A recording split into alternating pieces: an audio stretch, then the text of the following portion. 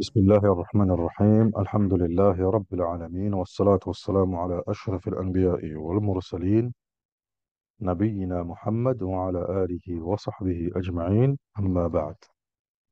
Donc nous poursuivons notre lecture des 40 hadiths d'Al-Hafiz, Al-Imam Abu Zakaria Muhyiddin Yahya ibn Sharaf al-Nawawi al-Dimashqi al-Shafi'i rahmatullahi alayhi rahmatan wasi'a. Nous sommes toujours, ya ikhwan, dans le hadith Nafyu ad-darar fil Islam. Le fait de quoi donc de rejeter la réprobation de nuire en islam. Et on se rappelle que ce hadith est la base de quoi donc? Est la base d'une règle qui est connue, qui est très importante dans le fiqh al-islami. Qa'idatun fiqhiyya qui est ad-dararu yuzal. Lorsqu'il y a une nuisance, lorsqu'il y a un darar, un mal quelconque, on se doit de l'éliminer et de l'écarter. Ad-dararu yuzal. Ça, c'est une qa'ida fiqhiyya. D'ailleurs, cette règle, elle fait partie des cinq grandes règles qu'on appelle al-qawa'id al-khams al-kubra. Les cinq grandes règles majeures, ou bien les cinq règles majeures. Al-qawa'id al-khams al-kubra. Qui se rappelle, justement, qui se rappelle ces fameuses cinq grandes règles. Al-qawa'id al-khams al-kubra. Qui se rappelle rappelle ces règles? Il me semble qu'on les avait déjà mentionnées, wallahu ta'ala a'lam. Si ce n'est pas le cas, eh ben, on va le faire ici, Inch'Allah tabaraka wa ta'ala. Mais voilà, ce sont vraiment cinq grandes règles très importantes. Et au sujet duquel il y a unanimité chez les fuqaha. Voilà pourquoi on les appelle les qawad al-khams al-kubra. C'est qu'il y a unanimité chez les fuqaha. Hanafiya, Hanabila, Malikiya, Shafi'iyya. Il n'y a pas de souci à ce niveau-là. Walhamdulillahi rabbil alamin. Alors, qui se rappelle?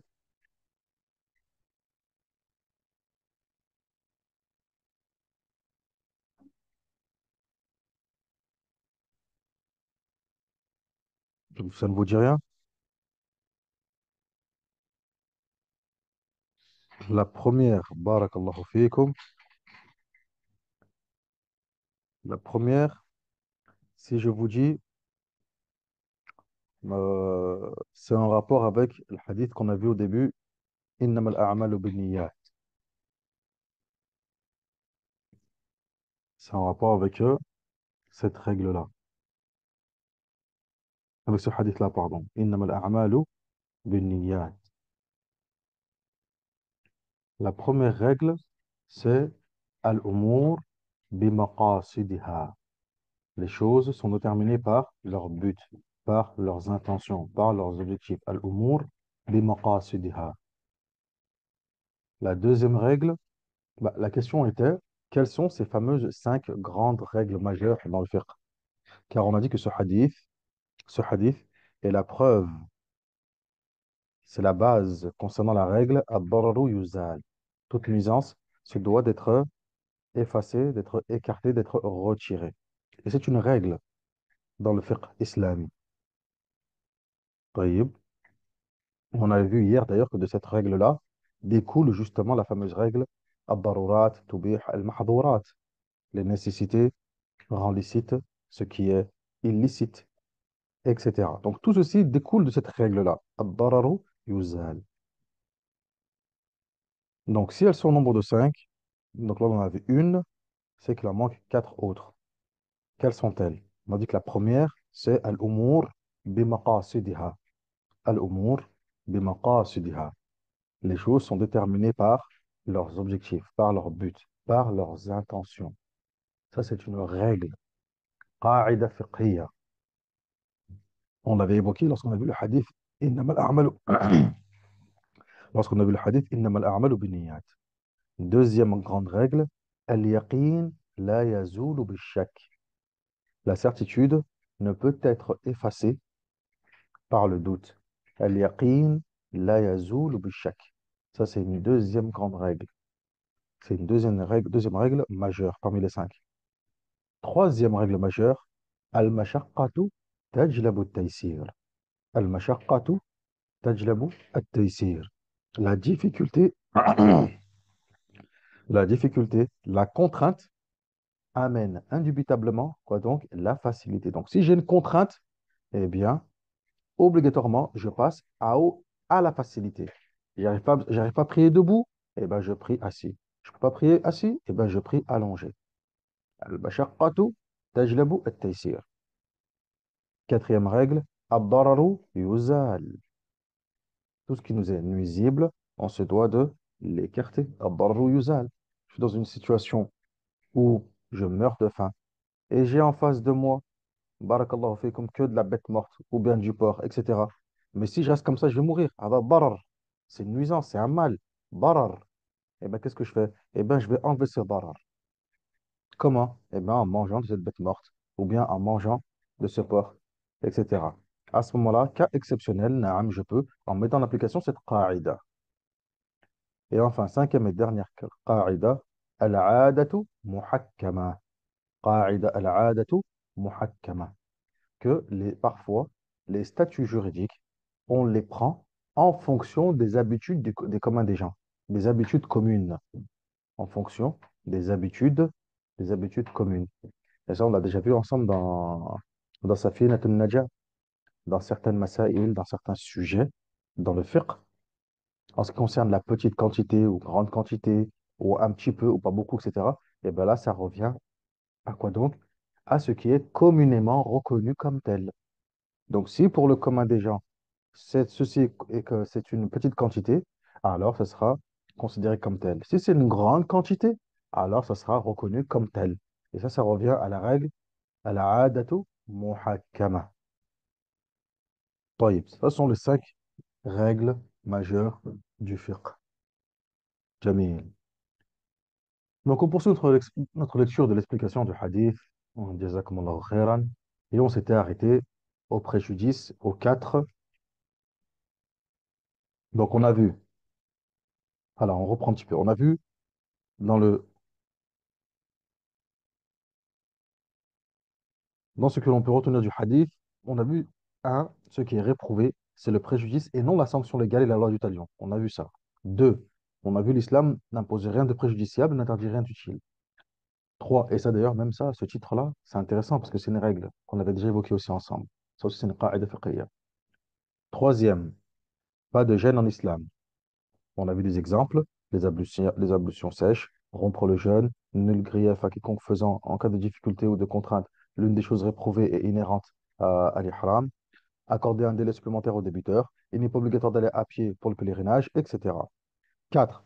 Les différents aspects du préjudice. Donc, il y a 2 formes d'agissement. Le préjudice apparaît sous 2 formes d'agissement. On a vu un agissement dont l'auteur a pour objectif de nuire à son prochain et un agissement dont l'auteur a pour motivation un objectif conforme et correct, mais entraînant un préjudice à, à autrui. Voyez. Donc, dans le petit a, on a vu le premier type d'agissement, le préjudice inhérent à la vente, le testament. Le préjudice se présente sous 2 formes, on l'a vu, la répudiation révocable, et enfin, quatrième, le préjudice dans le serment que fait le mari de ne plus s'approcher de sa femme. Ce serment consiste à ce que le mari jure de ne pas avoir de rapport avec son épouse pendant une période déterminée, voire tout le temps. S'il a un rapport avec elle avant les 4 mois suivant son serment, ce sera considéré comme un repentir et il aura réparé son parjure. Comme dans le verset, il appartient à ceux qui font serment de ne plus approcher de leur femme d'attendre 4 mois. S'ils reviennent l'un à l'autre, Allah est absoluteur et miséricordieux. S'ils décident le divorce, Allah est parfaitement audient et savant. Comment, dans ce contexte, empêcher un mari de porter un tel préjudice à sa femme? À ce sujet, 2 opinions sont émises par les ulama. Et on rappelle que ce genre d'attitude, ça, on le verra, Inch'Allah, tabaraka wa ta'ala, dans le fiqh, en détail, et ce que cela implique, mais on appelle ça al-ila. On appelle ça dans le fiqh al-ila. Et ça, c'est un fasl, c'est un chapitre dans, euh, dans la partie du mariage. La majorité des savants disent que le mari doit être traduit devant le juge qui lui ordonnera soit de reprendre sa femme, soit de la répudier. S'il refuse, Le juge décidera alors le divorce à son encontre avec possibilité de retour de l'épouse avant l'expiration de son délai de viduité. C'est ce qu'on appelle un divorce révocable. Talaqun raji'i. Donc même si le juge décide à son encontre du divorce, mais celui-ci est révocable.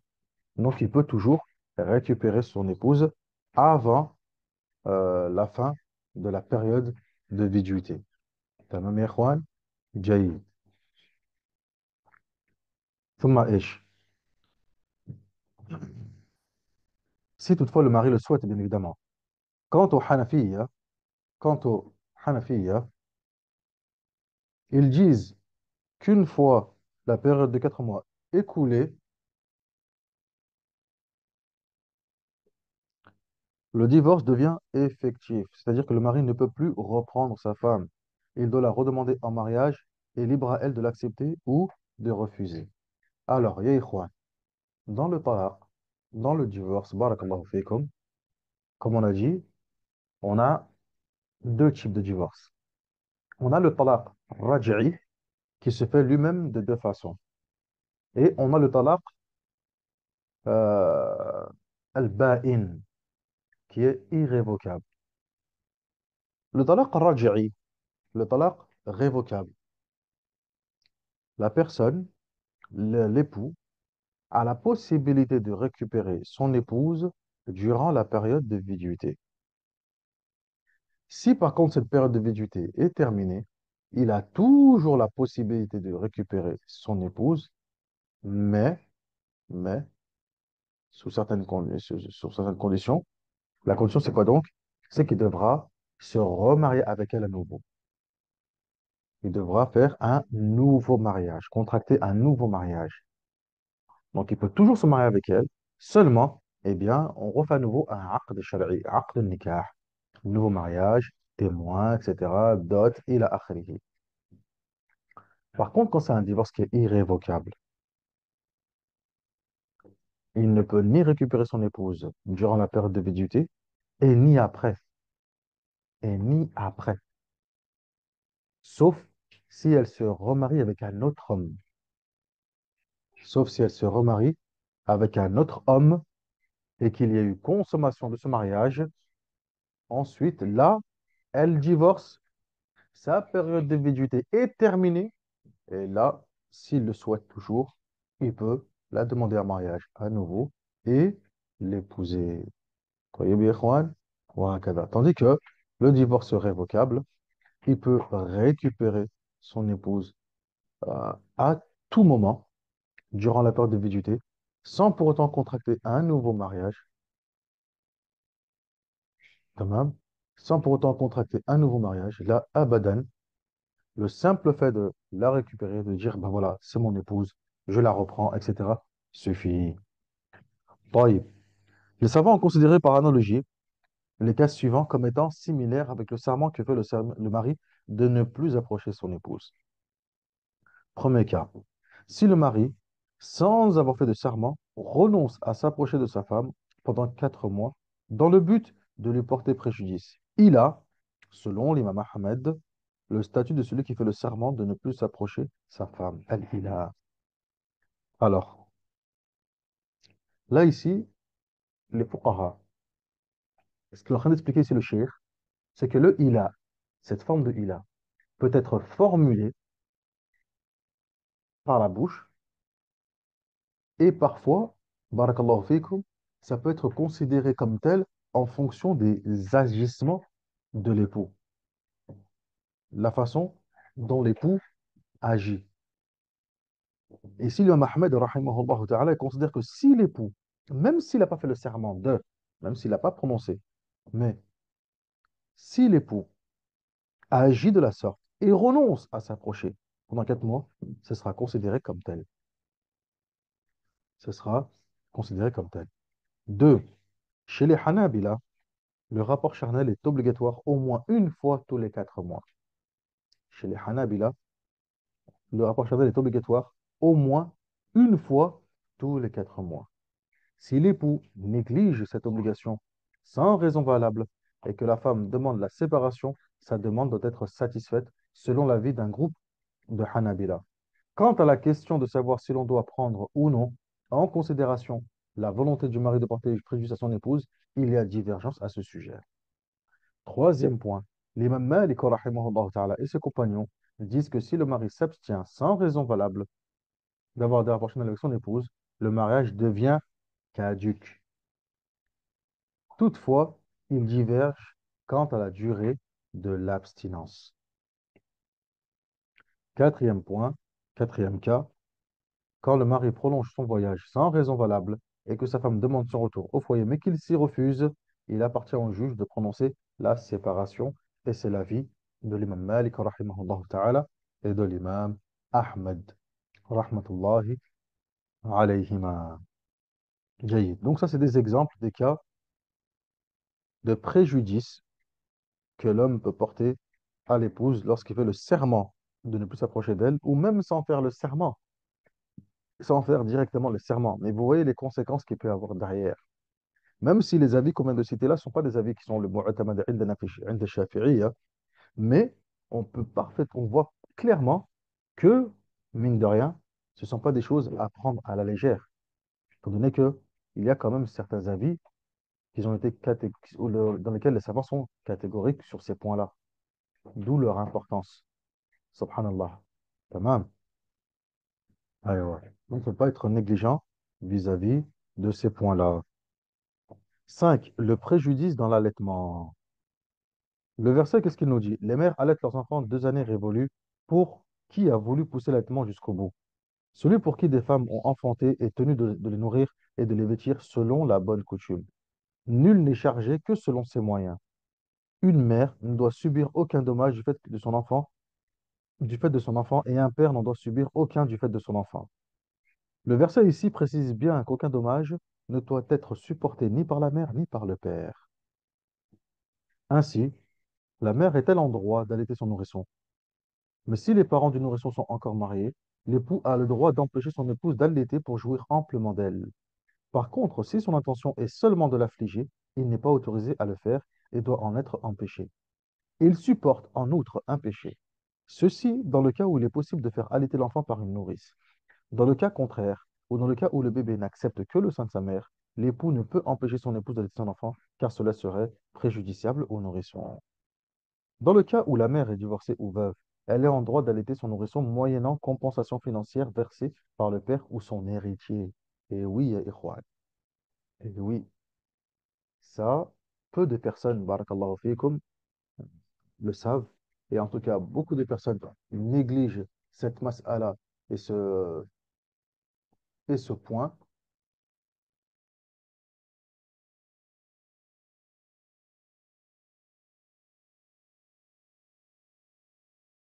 C'est que, barakallahu fikum, euh, lorsqu'il y a un talaq, un divorce, ou bien si la femme est veuve et que celle-ci allaite le nourrisson, elle a le droit de demander une compensation financière pour, pour cela. Elle a le droit من حقها وهذا هو المعتمد عندنا في المذهب et بارك الله فيكم c'est ce qui est apposé par la sharia. Elle a le droit de demander une compensation financière. Ou bien, si le père ne souhaite pas financer, ne souhaite pas payer, dans ce cas-là, qu'il ramène une nourrice. Dans ce cas-là, qu'il paye une nourrice pour allaiter l'enfant.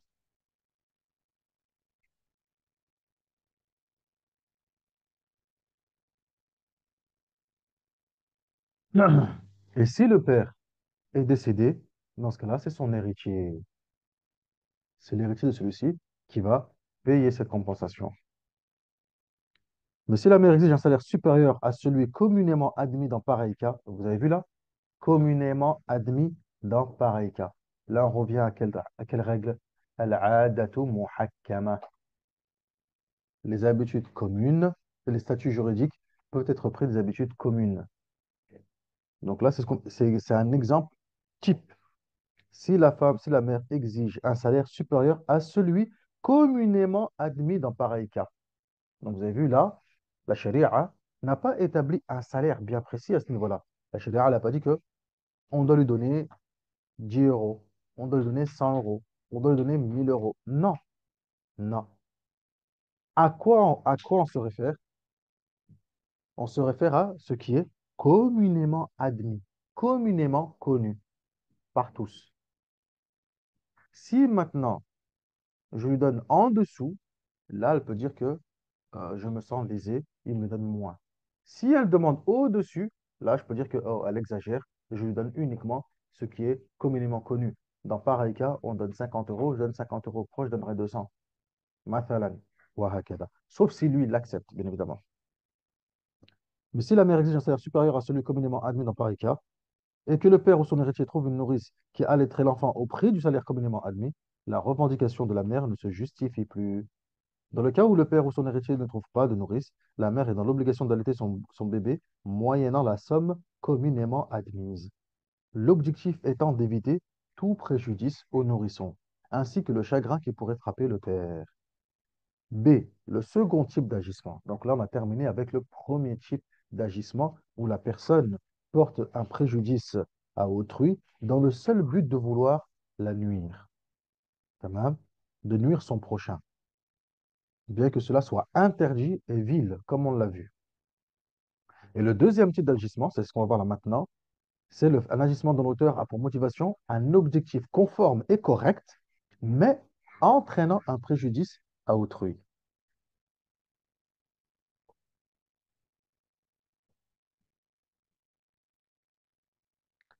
Le second type d'agissement, ce sont des agissements conformes et corrects, mais qui sont accompagnés ou qui ont pour conséquence un préjudice porté à autrui. C'est le cas, par exemple, d'une personne qui dispose de ses biens, mais dont la gestion entraîne un préjudice à son prochain. C'est C'est également le cas d'une personne qui empêche son prochain de profiter de ses biens, portant ainsi préjudice à ce dernier. Portant ainsi préjudice à ce dernier. Donc là, ici, c'est clair. Walhamdulillah. Premier cas, disposer de ses propres biens d'une façon qui entraîne un préjudice à autrui. Ici, on distingue, ils nous disent les machaïrs, deux agissements. L'agissement est inhabituel. Donc le premier type d'agissement, c'est un agissement qui est inhabituel. Dans ce cas, il n'est pas autorisé, même si la personne persiste quand même dans son comportement et qu'elle porte préjudice à son prochain, elle devra réparer ce préjudice. Tel est, par exemple, le cas de celui qui allume un feu alors qu'un vent fort souffle, incendiant ainsi la propriété de son voisin. Il sera fautif et devra réparer son préjudice. Donc là, c'est un acte inhabituel. C'est pas normal. Il n'avait pas à agir ainsi. Il devait faire attention. Donc il a agi ainsi, ça a porté préjudice à autrui, et il se doit de réparer ce préjudice. Deuxième cas, l'agissement est tout à fait normal. Et là, il existe plusieurs cas de figure soulevant des divergences sur le plan jurisprudentiel. Donc là, le deuxième cas, c'est que la personne a un acte, un agissement tout à fait normal et banal. Donc, dans le premier cas, il est 100% fautif, il n'y a pas de problème. Mais dans le deuxième cas, il agit de façon tout à fait normale. Et là, tout d'un coup, il y a un préjudice. Du coup, comment ça se passe? Comment les torts, comment le tort, barakallahu fikum, il est désigné et quelle est sa responsabilité? De quelle façon s'engage sa responsabilité? Eh bien, c'est là où il y a pas mal de divergences. Et ça aussi également, on le verra ensemble dans le fiqh de façon détaillée, Inch'Allah, tabaraka wa ta'ala. Mais là, on va voir quelques exemples afin d'avoir un petit aperçu de ces sujets, justement. À titre d'exemple, petit a, creuser un puits tout près de celui de son voisin, asséchant ainsi ce dernier. L'imam Ahmed et l'imam Malik, rahmatullahi alayhima, disent qu'une telle manœuvre préjudiciable doit être empêchée. Mais si le puits est quand même creusé, il devra être comblé. Le prophète sallallahu alayhi wa sallam a dit dans un hadith rapporté par Abu Daoud, rahimahullah ta'ala, d'après Abu Qulaba, radra anhu, Ne vous portez pas préjudice en creusant des puits à côté de ceux de vos voisins, car en le faisant, vous les assécherez. D'autres ne virent aucun inconvénient à ce que l'on agisse de la sorte. Donc ça, c'est un premier cas. Une personne creuse un puits proche de celui de son voisin. Creuser un puits en soi, il n'y a pas de mal, c'est pas interdit. Le problème, c'est que en creusant un puits, cela risque d'assécher celui de son voisin. Tamam. Donc l'imam Ahmed et l'imam Malik, rahmatullah alayhima, eux ils disent qu'on doit empêcher la construction d'un tel puits, car cela est préjudiciable. D'autres, eux, ne voient aucun inconvénient. Donc ils ont dit les mashayikh, ils ont dit que l'agissement est tout à fait normal. Il existe plusieurs cas de figure soulevant des divergences. Il y a des divergences entre les ulama sur ce point-là. Petit b, mettre en place une fenêtre ou bâtir une haute construction. Si la fenêtre donne sur la propriété du voisin, ou si la construction porte atteinte à l'intimité de ce dernier, il est nécessaire d'empêcher cela, surtout si l'on relève une certaine intention de nuire. Le prophète sallallahu alayhi wa sallam dit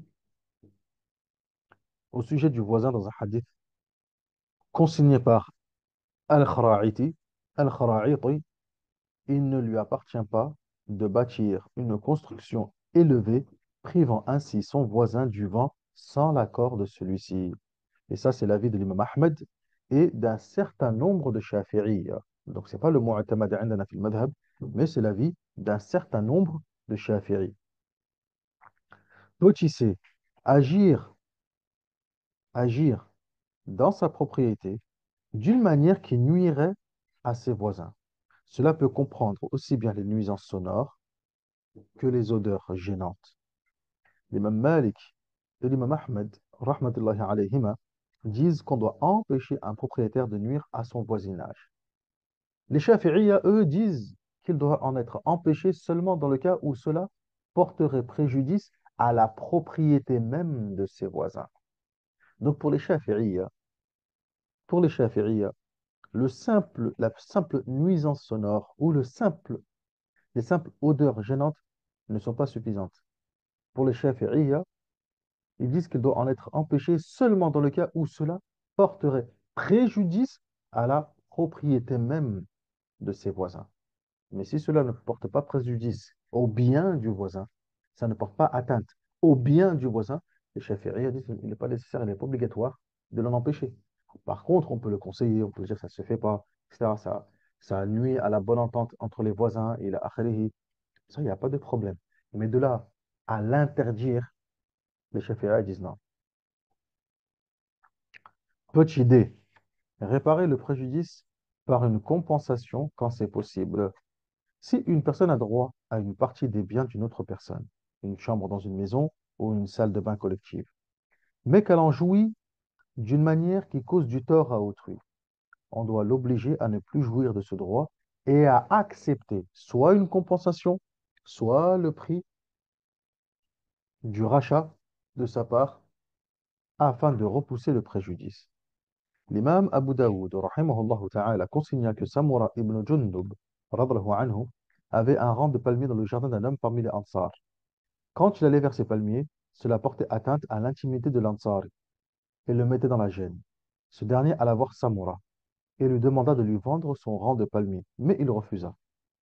Il lui proposa son équivalent dans un autre endroit, ce qu'il refusa également. L'homme alla voir alors, L'homme alla alors voir le prophète sallallahu alayhi wa sallam et lui fit part de son problème.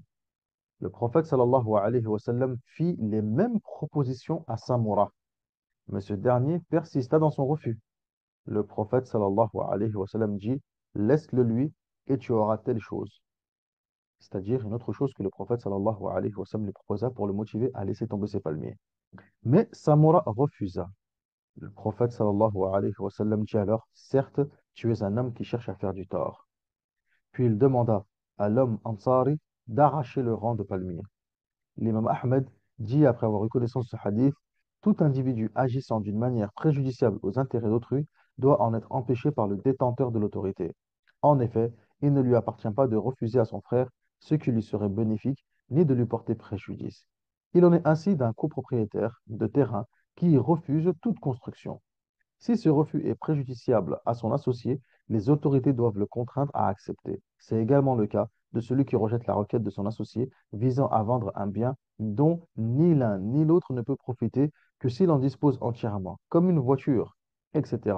Tout comme dans le premier cas, les autorités doivent l'obliger à satisfaire la demande de son associé. Ne vous inquiétez pas, peut-être que certains de ces cas sont peut-être encore un petit peu flous, etc.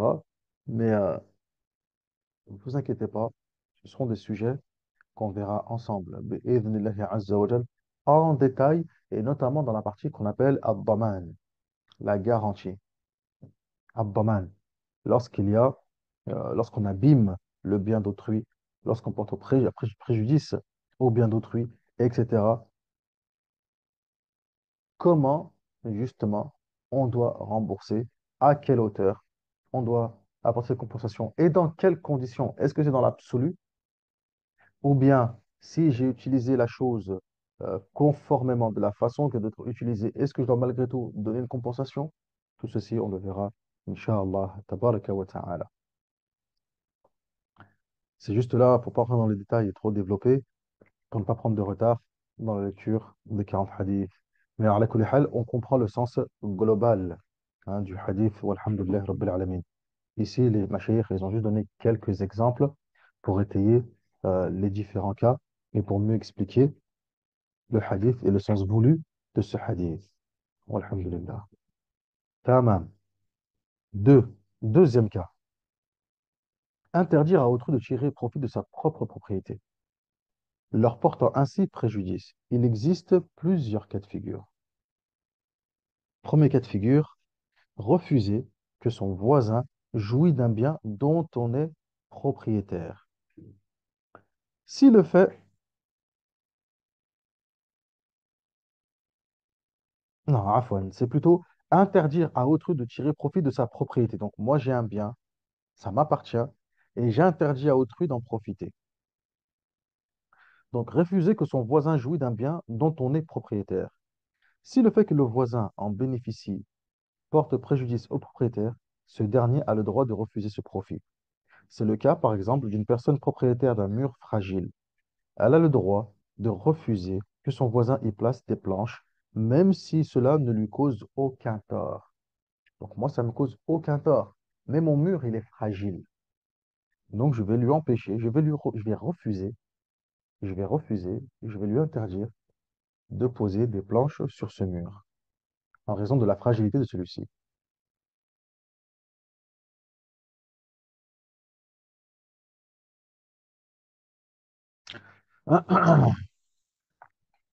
L'imam al-Shafi'i, ainsi que l'imam Abu Hanifa, et enfin l'imam Malik, rahmatullahi alayhim, disent il lui appartient de refuser qu'on dispose de ses propres biens sans son accord, si cela peut lui causer quelques préjudices. Car le prophète sallallahu alayhi wa sallam a dit dans un hadith relaté par Ibn Hibban, rahimahullah, il n'appartient pas à un musulman de prendre un bâton à un autre musulman sans son accord, à cause du caractère sacré que Allah a conféré au bien du musulman. De son côté, de son côté, l'imam Ahmad a dit, il ne lui appartient pas de refuser. Si, s'il le fait, on doit le contraindre à accepter conformément aux deux faits suivants. Le premier, l'imam al-Bukhari et Muslim rapportent qu'Abu Huraira, radra anhu, a dit, le messager d'Allah, sallallahu alayhi wa sallam, a dit que l'un de vous ne refuse pas à son voisin la permission de planter une poutre dans son mur. Puis Abu Huraira poursuit. Qu'ai-je donc à vous voir tourner le dos à cette recommandation? Par Allah, je ne cesserai pas de vous réprimander à ce sujet. Pour sa part, Omar ibn Khattab, radhiyallahu anhu, a obligé Mohammed ibn Maslama à laisser l'eau qui arrose les terres de son voisin passer par sa propriété. Le quart du droit musulman. As-Suyuti, dans son ouvrage Al-Ashbah wa Nadha'ir, les choses similaires et équivalentes. Donc ça, que les principes de l'école Shafi'i peuvent être ramenés à quatre règles. Donc ça, c'est un livre de l'imam As-Suyuti, rahimahullah ta'ala, sur les règles de fiqh dans les principes de l'école al-Shafi'i. Al-Ashbah wa al-Nadha'ir fi furu'i qawa'id al-Shafi'iyya. C'est un livre جيد, très bien, de l'imam al-Suyuti, rahimahullah ta'ala. Et peut-être, wallahu ta'ala a'lam, mais ça serait bien, si euh, un jour on a l'opportunité, ce serait bien de pouvoir faire et de lire son résumé. Car ce livre, Al-Ashbah wa al-Nadha'ir, il a été mis en poème par Sheikh Al-Ahdal, Al-Fara'id Al-Bariyya, Al-Bahiyya, عفوا, Al-Fara'id Al-Bahiyya, في النظم قواعد الفقهية. Donc, il a été mis en poème, en tout cas, une partie de celui-ci, de ce livre-là, a été mis en poème. Et ensuite, Cheikh Abdullah ibn Sa'id al-Lahji, il a pris ce poème et il l'a mis en livre. Il l'a appelé Idah al-Qawa'id al-Fiqhiyya. Idah al-Qawa'id al-Fiqhiyya. C'est un livre جيد, mumtaz, très bien, sur l'explication justement de ces fameuses règles de fiqh en fonction de l'école de l'imam al-Shafi'i, rahmatullah alayhi rahmatan wasi'a. Donc, si un jour on a possible de pouvoir lire ne serait-ce qu'au moins la première partie, مثلا, le muqaddimah et la première partie, ce serait très intéressant. Ne serait-ce qu'au moins les al-qawa'id al-khams al-kubra, les 5 règles majeures, ainsi que tout ce qui en découle. المهم, قال l'imam al-Suyuti, rahimahullah ta'ala, dans son ouvrage Al-Ashbah wa al-Nadha'ir, que les principes de l'école al-Shafi'i peuvent être ramenés à 4 règles. La première, le doute ne dissipe pas la certitude. C'est exactement ce qu'on avait vu au début, ensemble. Les fameuses règles majeures. Al-yaqin la yazul bishak. Le doute ne dissipe pas la certitude. La base en est ce hadith unanimement reconnu authentique selon lequel l'homme a l'impression d'avoir perdu ses ablutions pendant la prière. Le prophète sallallahu alayhi wa sallam a dit qu'il interrompt sa prière que s'il entend un bruit ou sent une odeur. En d'autres termes, quand on est sûr d'être en état de pureté, mais qu'ensuite on en doute, on doit continuer à considérer qu'on est en état de pureté. Parce que le doute ne dissipe pas la certitude. Al-yaqin la yazulu bishak. Très bien. Deuxième règle, la gêne entraîne la facilité. Et c'est ce qu'on a vu tout à l'heure. Al-mashaqqatu tajlabu at-taysir. La base en est le verset suivant. Il ne vous a imposé aucune gêne dans la religion. Et le hadith rapporté par l'imam Ahmed, rahimahullah ta'ala, j'ai été envoyé en tant que porteur du pur monothéisme tolérant. Et plein d'autres hadiths. Yassiru wa la tu'assiru. Facilité, mais ne rendez pas les choses difficiles. Tamam. Yuridu Allah bikum al-yusr wa la yuridu bikum al-usr. Allah veut pour vous la facilité, mais il ne veut pas pour vous la difficulté, etc.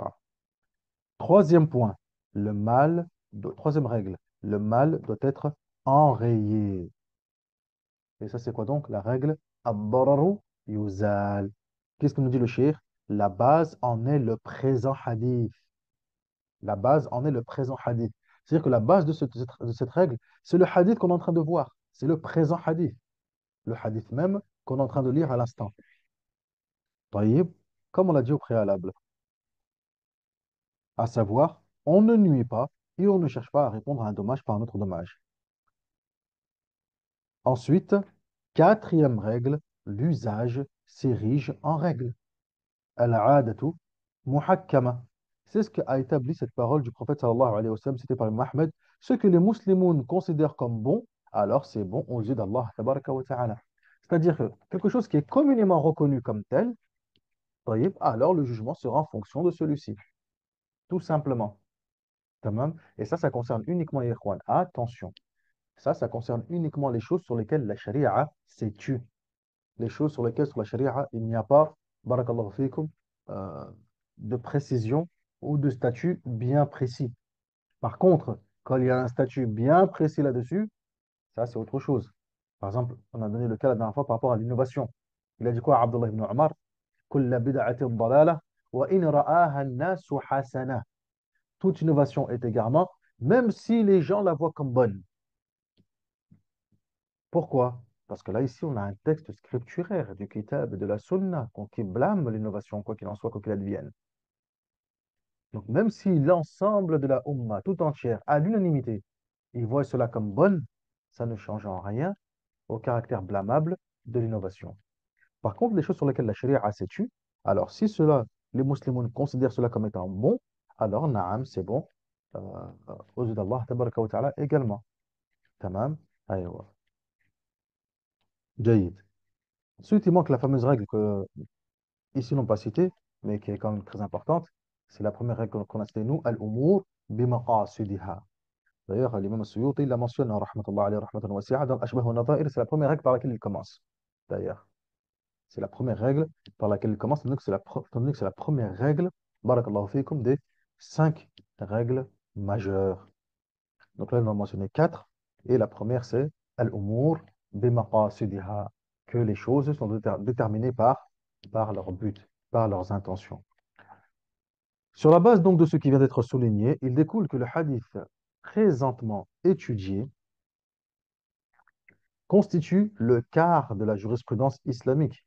Les juristes l'ont considéré comme participant des règles fondamentales de la jurisprudence et en ont tiré de nombreuses règles subsidiaires, dont la troisième citée ci-dessus. Les règles d'étude sont les suivantes.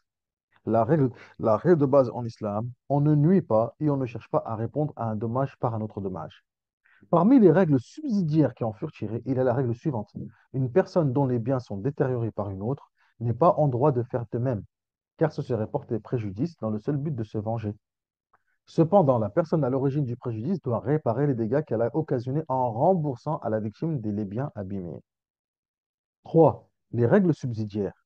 Le préjudice est à repousser dans la mesure du possible. On doit repousser le préjudice avant qu'il n'ait lieu et essayer de l'empêcher autant que faire se peut, car cela est plus facile. Il vaut mieux prévenir que guérir, et la responsabilité légale de l'homme est en fonction de sa capacité. Une des applications juridiques qui en découle est la permission de mettre en prison les personnes connues pour leur libertinage et leur corruption jusqu'à ce qu'elles manifestent leur repentir. Cela, même si aucun délit n'a été retenu contre elles. Cette mesure a pour objectif de repousser le préjudice éventuel qu'elle pourrait causer à la société. Le préjudice doit être écarté. On doit écarter le préjudice qui s'est produit et réparer ses effets. Une des applications juridiques de cette règle est que si une gouttière vient à tomber dans la rue et qu'elle cause un préjudice aux passants, la gouttière doit être enlevée et son propriétaire est dans l'obligation de réparer tous les dommages qu'elle aura occasionnés. On ne répare pas un préjudice par un préjudice équivalent au plus important. Une des applications de cette règle est qu'il n'est pas permis à une personne d'exiger de son associé le partage des biens communs s'il ne convient pas que ceux-ci soient partagés, car une telle répartition engendrerait un mal plus grand que celui dû à la communauté des biens. Entre deux préjudices, on choisit le moindre. La fameuse قاعدة فإن تزاحم عدد من المفاسد يرتكب الأدنى من المفاسد. فإن تزاحم عدد من المصالح يقدم الأعلى من المصالح وضده تزاحم المفاسد يرتكب الأدنى من المفاسد. Lorsqu'on a deux préjudices et que quoi qu'il en soit, quoi qu'il advienne, barakallahu fiikum, on sera, on est obligé, on ne peut pas y échapper. On sera obligé de commettre l'un des deux. Dans ce cas-là, on choisit le moindre mal, le préjudice le plus bas.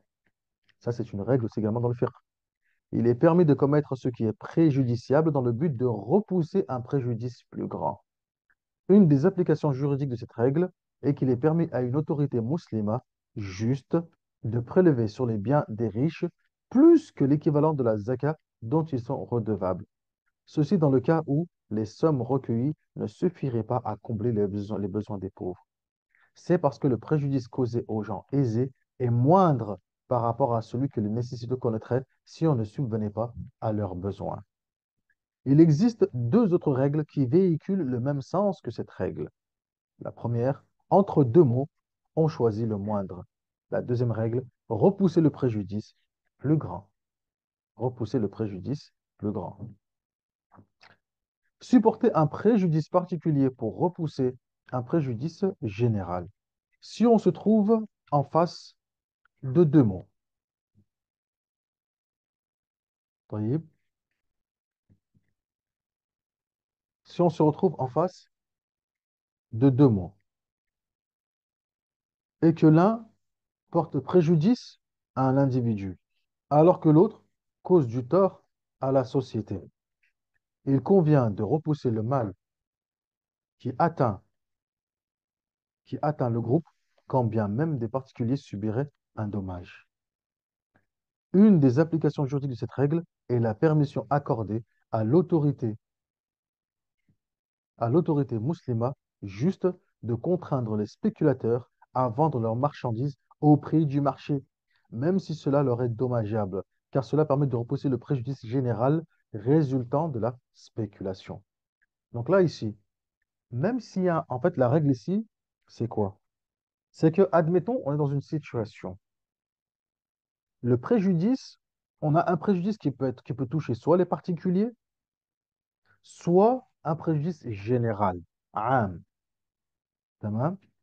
Donc là, ici, c'est ce qu'on appelle l'intérêt général. On entend souvent cela. On va préserver l'intérêt général, même si cela cause du tort, peut-être, à certains particuliers, comme ici en l'occurrence pour les spéculateurs, pour les vendeurs. On va leur imposer de vendre auprès du marché parce que les consommateurs qui, eux, sont la masse, barakallahu fiikum, eh bien, si on les laisse agir de la sorte, à spéculer dans les ventes, eh bien, les prix seraient tellement excessifs que cela porterait préjudice, que cela porterait au préjudice à la communauté, un préjudice général. Oui.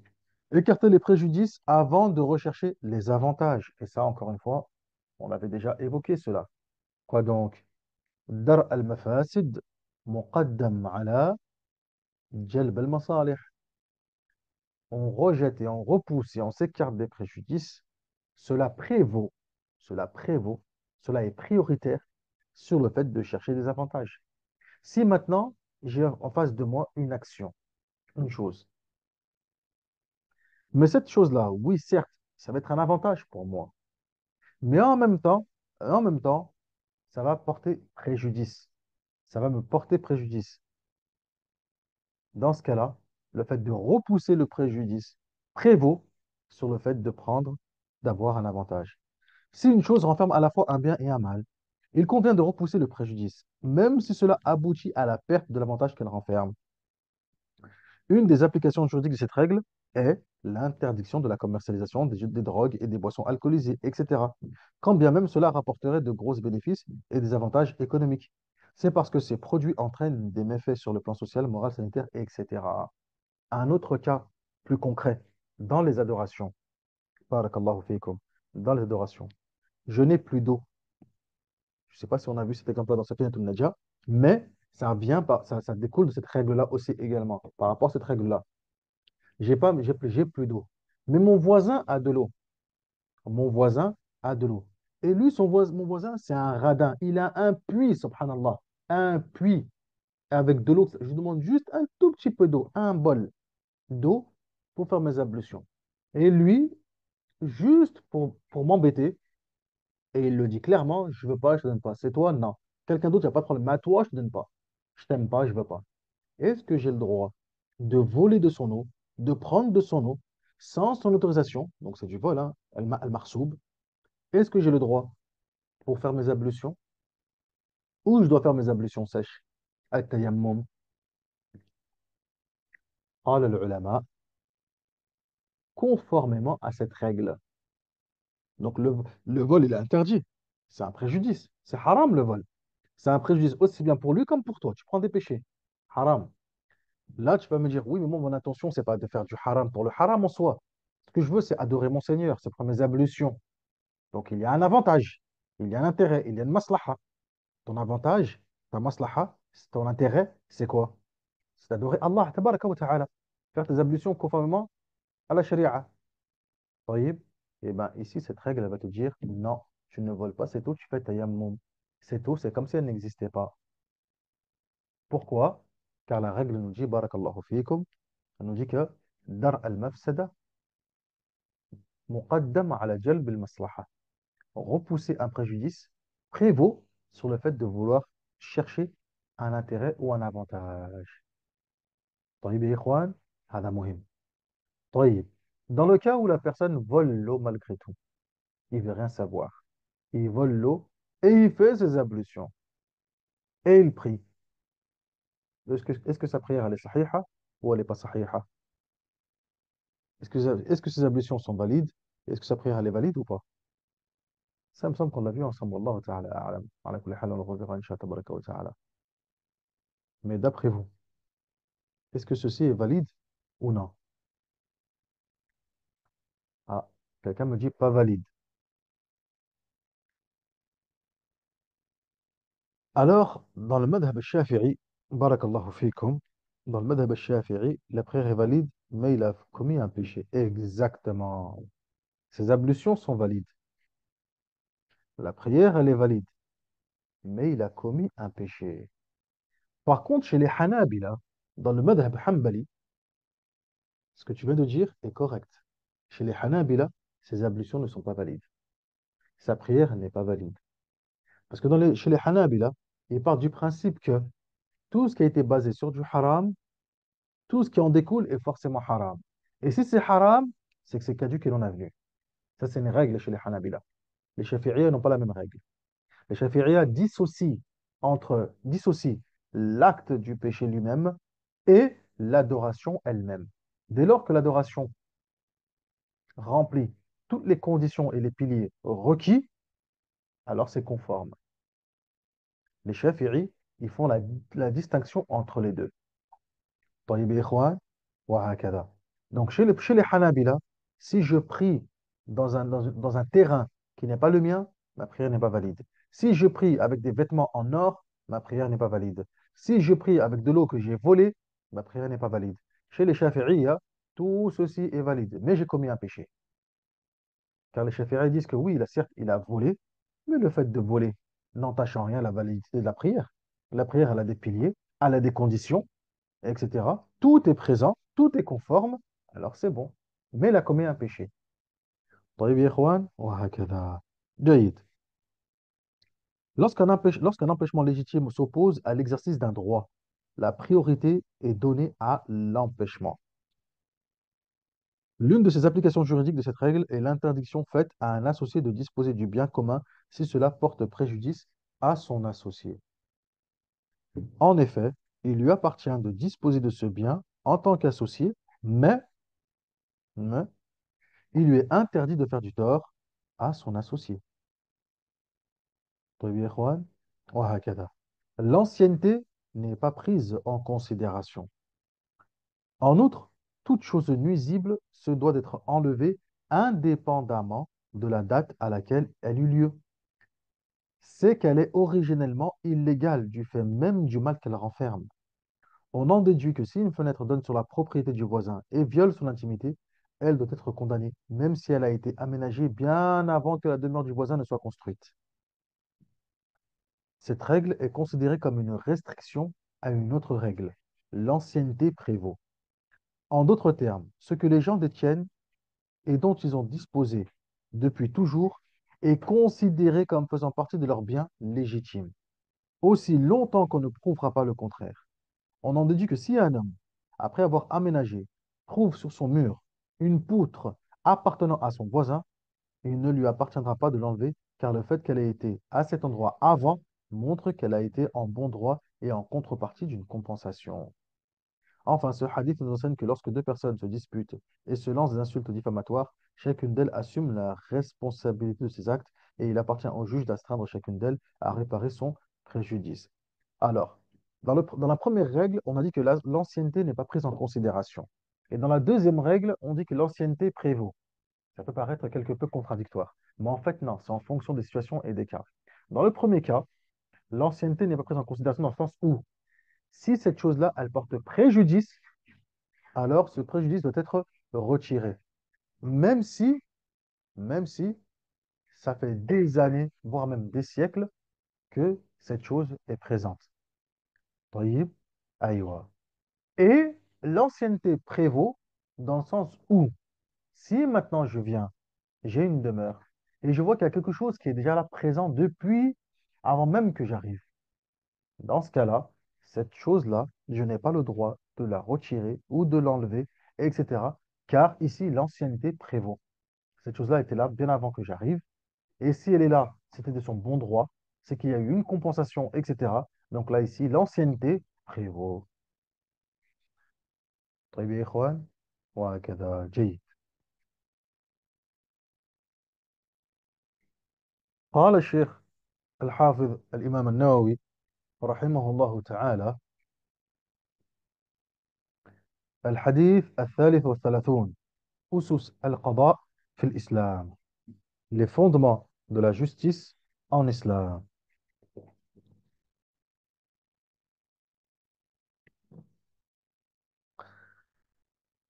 عن ابن عباس رضي الله عنهما أن رسول الله صلى الله عليه وسلم قال: لو يعطى الناس بدعواهم لادعى رجال أموال قوم ودماءهم، لكن البينة على المدعي واليمين على من أنكر. حديث حسن رواه البيهقي وغيره هكذا، وبعضه في الصحيحين. Ça, c'est un hadith qui est très, très, très important. Masha'Allah. Hadith muhim jiddan, jiddan. Et comme ils l'ont dit eux-mêmes dans le titre,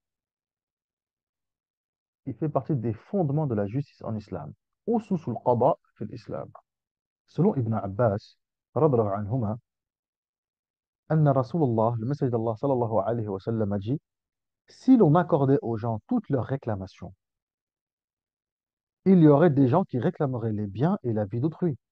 Cependant, au plaignant de fournir la preuve et à l'accusé qui nie de témoigner sous la foi du serment. Le hadith, il est bon, rapporté par Al-Bayhaqi et d'autres. Et il est en partie rapporté par Al-Bukhari et Muslim. Aujourd'hui, n'importe qui peut réclamer tout et n'importe quoi. Subhanallah. Regardez les bases de la justice, Allahu Akbar. N'importe qui peut réclamer tout et n'importe quoi. Comme l'a dit le prophète sallallahu alayhi wa sallam, si on accordait aux gens toutes leurs réclamations, alors un tel il réclamerait les biens de l'autre, l'autre réclamerait le sang de l'autre, etc. Mais la charia, elle a émis une règle, une qa'ida. Al-bayyina ala al-mudda'i. C'est le plaignant, au plaignant de ramener des preuves. Au plaignant de ramener des preuves. Wal yaminu ala man ankar. Et celui, et celui qui nie, il doit témoigner, il doit jurer, porter serment. Dans ce hadith, bon, de toute façon, les mashayikh ils vont l'expliquer, mais dans ce hadith, barakallahu fikum, on voit pas mal de points. On voit déjà, jazakumullah khairan, la justice de l'islam. Comment la justice se fait. Premier point. Du fait qu'on n'accorde pas tout et n'importe quoi à n'importe qui, n'importe comment. Deuxième point. Il y a une organisation, un nizam. Il y a une hiérarchie. Il y a une façon de faire. C'est au plaignant de ramener la preuve. Ça, c'est très important. Parce que souvent, fil waqi', eh bien, c'est fait de façon anarchique. C'est au plaignant de ramener la preuve. C'est celui qui prétend quoi que ce soit. Il a volé mon truc. C'est à moi. Ça m'appartient. Anta al-mudda'i. C'est toi qui te plains. C'est toi qui prétends ceci, ce prétend cela. À toi de prouver que c'est à toi. C'est à toi de prouver. Et ce n'est pas à l'autre de prouver, de prouver son innocence. Tamam? Hada muhim jiddan. Ça, c'est, ça, c'est très important. Ça aussi également. Donc, c'est à celui qui prétend quoi que ce soit de prouver la véracité de ses dires, de ses réclamations, de ses prétentions. طيب يا إخوان وهكذا. قال الإمام النووي رحمه الله تعالى concernant l'importance de ce hadith, il dit l'imam al-Nawawi que ce hadith est une des grandes bases des règles juridiques de la législation islamique. Par ailleurs, Al-Hafiz ibn Daqiq al-Eid, rahimahullah ta'ala, a dit: ce hadith est un des fondements juridiques. Il constitue une référence importante en matière de règlement des différends entre les plaignants. Et oui, là on a une porte claire, taïb, sur la façon de régler les différends et les litiges entre des plaignants. Lui il dit que ce bouclier, ce cheval, ceci, cela, peu importe, ça lui appartient, c'est à lui, etc. L'autre dit non, c'est pas vrai, etc. طيب, comment on règle le litige? Toi, tu prétends quelque chose? طيب, al-bayyina ala al-mudda'i. C'est à toi de ramener la preuve. Amène al-bayyina. Amène la preuve. Al-bayyina. طيب يا إخوان, وهكذا. Deux, ce que l'on peut retenir du hadith et ses bonnes directives. Un, l'ingéniosité de la législation islamique. L'islam est un modèle de vie complet et cohérent. Il contient les principes de la croyance pure, des pratiques culturelles claires, des vertus morales nobles, une législation sublime, garantissant à chacun ses droits et protégeant la vie, les biens, l'honneur de chaque individu. Et oui, aujourd'hui, aujourd'hui, les pays occidentaux se tarent d'être soi-disant à l'origine de tout ce qui est équité, garant des droits, etc., présomption d'innocence. La personne reste innocente jusqu'à preuve du contraire, et la akhirihi. Mais ils pensent savoir, barakallahu fikum, devancer qui par cela? Ils ont devancé personne. Au contraire, ils ont été inspirés, plutôt. Parce que ce fait et ce principe, il était présent depuis l'époque du Moyen Âge. Depuis l'époque du Moyen Âge, voire même avant encore. Taïb, à cette époque où la moindre accusation de quoi que ce soit suffisait à une personne pour avoir la peine de mort. La moindre accusation, même fausse, c'est pas même fausse, elles étaient majoritairement fausses. C'est la raison pour laquelle le prophète sallallahu alayhi wa sallam, qu'est-ce qu'il a dit?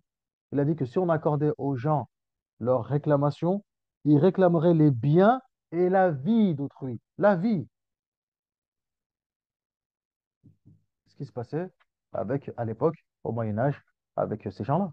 Barakallahu fikum, les non-musulmans, la barbarie, la sauvagerie des animaux. La hawla wa la quwwata illa billah. Tamam. Mais, mais, au 6e, 7e siècle, barakallahu fikum, l'islam est venu et a apporté des règles claires, wadiha, avec des pratiques culturelles claires, des vertus morales nobles, une législation garantissant à chacun ses droits et protégeant la vie, les biens et l'honneur de chaque individu.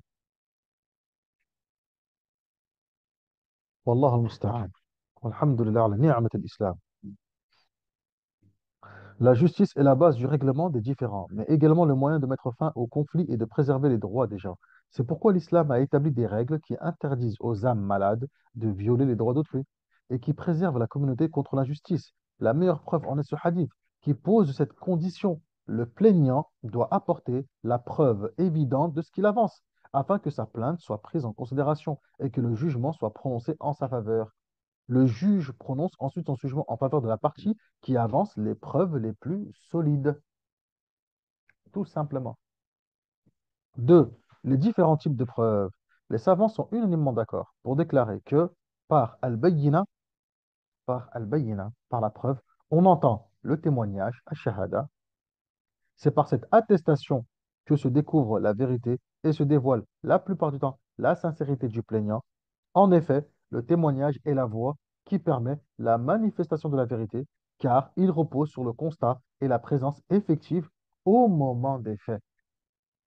Mais encore une fois, la sharia, barakallahu fikum, encore une fois, elle a établi des, des qawa'id, des ahkam. Est-ce que c'est n'importe quelle personne qui peut témoigner? Est-ce que c'est n'importe quelle personne qui peut venir et apporter son témoignage? Tamam. Comme c'est le cas, barakallahu fikum, dans certains tribunaux, il akhiri, on a des faux témoignages, etc. Il akhiri. Là, fi sharia, en tout cas, on essaye autant que se peut, barakallahu fikum, bien évidemment. euh, wa jazakumullahu khairan. Il n'y a qu'Allah qui sait ce qu'il y a dans le cœur des personnes. Mais, encore une fois, le témoignage, il n'est pas pris, par exemple, d'un pervers. Ala sabil al-mithal. Une personne connue pour sa perversité, etc. Il akhiri, on ne prendra pas son témoignage en compte. C'est tout. وهكذا هذا معروف. On ne le prendra même pas en compte. Même pas. On ne cherche même pas à savoir. طيب. أيوة. Contrairement à la sabil al-mithal, aujourd'hui, dans certains tribunaux, il akhiri, on va le prendre et on va essayer de le discréditer. Ça va être à l'avocat de la défense, mathalan, ou au plaignant ou autre, d'essayer de discréditer ce témoignage. Donc on le remet pas en doute, mais on va essayer de prouver que son témoignage, est-ce que on peut vraiment le prendre ou pas? En islam, il y a pas de on peut le prendre ou pas. S'il est connu pour son fisc, on ne le prend pas mutlaqan, point barre. وانتهى الأمر. طيب جميل. Euh, la preuve, le témoignage, se présente sous diverses formes, suivant la nature de la plainte et ses conséquences. Dans la législation islamique, il existe quatre sortes de témoignages. Un, le témoignage relatif à la fornication. Il nécessite la présence de quatre hommes, pas des enfants, pas des femmes, quatre hommes. Comme dans le verset, celle d'entre vos femmes qui commettent l'acte immoral, demandez à quatre des vôtres de témoigner contre elles. Ou encore le verset, ceux qui jettent une accusation adultère aux femmes chastes sans fournir par la suite quatre témoins, donnez-leur 80 coups et n'en acceptez plus jamais aucun témoignage. Vous avez vu? Et n'en acceptez plus jamais aucun témoignage. Donc juste ça là, c'est fini. Il est discrédité. On n'accepte de lui plus aucun témoignage. Intaha. C'est ce qu'on a dit tout à l'heure. On n'accepte pas le témoignage de n'importe qui. طيب يا إخوان. أيوة. Donc, en fonction de l'acte, barakallahu fikum, il faudra sans doute un, ou bien deux, ou bien trois, ou bien quatre témoins pour appuyer la chose. Et dès lors qu'on a ces quatre témoins, alors là, c'est une bayina, c'est une preuve évidente de culpabilité. B. Le témoignage relatif au meurtre et aux crimes auxquels correspondent des peines précises. C'est le cas du vol, de la consommation de boissons alcoolisées et de la diffamation. En droit musulman, ces délits sont qualifiés de limites, hudud. La législation exige le témoignage de deux hommes. Les femmes, quant à elles, ne peuvent témoigner. Comme dans le verset, prenez à témoin deux d'entre vous jouissant de toute leur honorabilité. Soyez honnêtes avec Allah Azza wa Jal dans votre témoignage. Certains juristes, dont les Shafi'i, inscrivent dans ce chapitre des droits non financiers, comme le mariage et le divorce. Ils disent qu'il faut le témoignage de deux hommes pour en tenir compte. Pour en tenir compte. Tamam, Jamil. C. Le témoignage pour établir les droits financiers. Il s'agit entre autres de la vente, du crédit et de la location. La législation accepte le témoignage de deux hommes ou d'un homme. Ah, attendez, afwan, une petite précision ici, comme le mariage et le divorce. Alors pour le mariage, oui, les Shafi'iyya, jazakumullahu khairan, na'am, les Shafi'iyya imposent le témoignage de deux hommes. Contrairement au hadith du prophète sallallahu alayhi wa sallam, la nikaha illa biwali wa shahidayya adl. Point de mariage sans tuteur légal et deux témoins justes. Mais pour le divorce, est-ce qu'il faut impérativement des témoins? المعتمد عندنا في المذهب, c'est qu'il ne faut pas des témoins. C'est pas obligé. Ça, c'est le mu'tamad عندنا في المذهب. Il n'est pas obligatoire qu'il y ait deux témoins. لكن يستحب. Mais yustahab.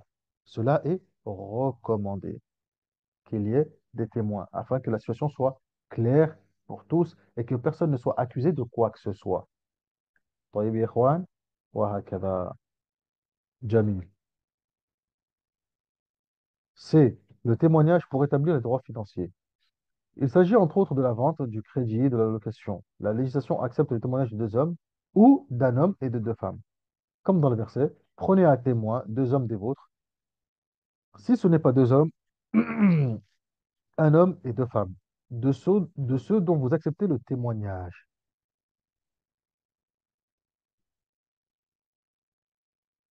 Eh ouais, جيد. On va s'arrêter là, Inch'Allah, tabaraka wa ta'ala. Ça aussi, ça mérite éclaircissement, détail, etc. Donc, on va s'arrêter là, bidnahi azza wa jal, le témoignage pour établir les droits financiers. Et on va poursuivre, Inch'Allah, tabaraka wa ta'ala, samedi prochain, al-Usbu' al-Qadim, avec la suite de l'explication de ce hadith qui est très important et muhim jiddan. Walhamdulillahi rabbil alamin. وصل اللهم على نبينا محمد وعلى آله وصحبه أجمعين. سبحانك اللهم وبحمدك أشهد أن لا إله إلا أنت أستغفرك وأتوب إليك. ونسأل الله الكريم رب العرش العظيم أن يرزقنا وإياكم العلم النافع والعمل الصالح والدعوة إليه والصبر على الأذى فيه. والحمد لله رب العالمين. والسلام عليكم ورحمة الله وبركاته.